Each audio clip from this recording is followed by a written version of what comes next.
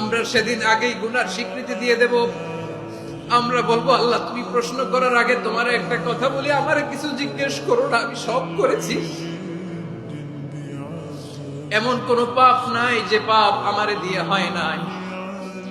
তোমার রহমত দিয়ে তুমি জান্নাতে পাঠাবা, তোমার দয়ায় জান্নাতে যেতে চাই, আমল দিয়ে না। পারবেন বলতে?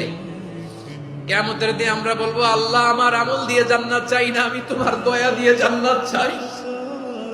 তোমার দয়া ছাড়া আমার কোনো উপায় নাই।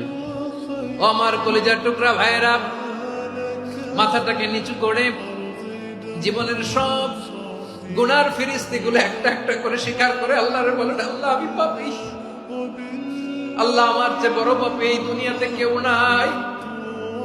আকাশের নিচে জমিনের উপরে আমার চেয়ে বড় পাপী কেউ নাই। একটা একটা করে আমরা স্বীকার করি আমি পাপী, সব পাপের স্বীকৃতি দিলাম। আল্লাহ তাআলা যদি দয়া করে আমাদেরকে মাফ না করে, আমাদের বাঁচার কোনো উপায় নাই। আপনি কি ভেবেছেন আপনার নামাজ দিয়ে আপনি জান্নাতে যাবেন? আপনি তাহাজ্জুদ গুজার, সেজদা দিতে দিতে কপালে দাগ ফেলেছেন, এটা আপনারা জান্নাতে নেবে না।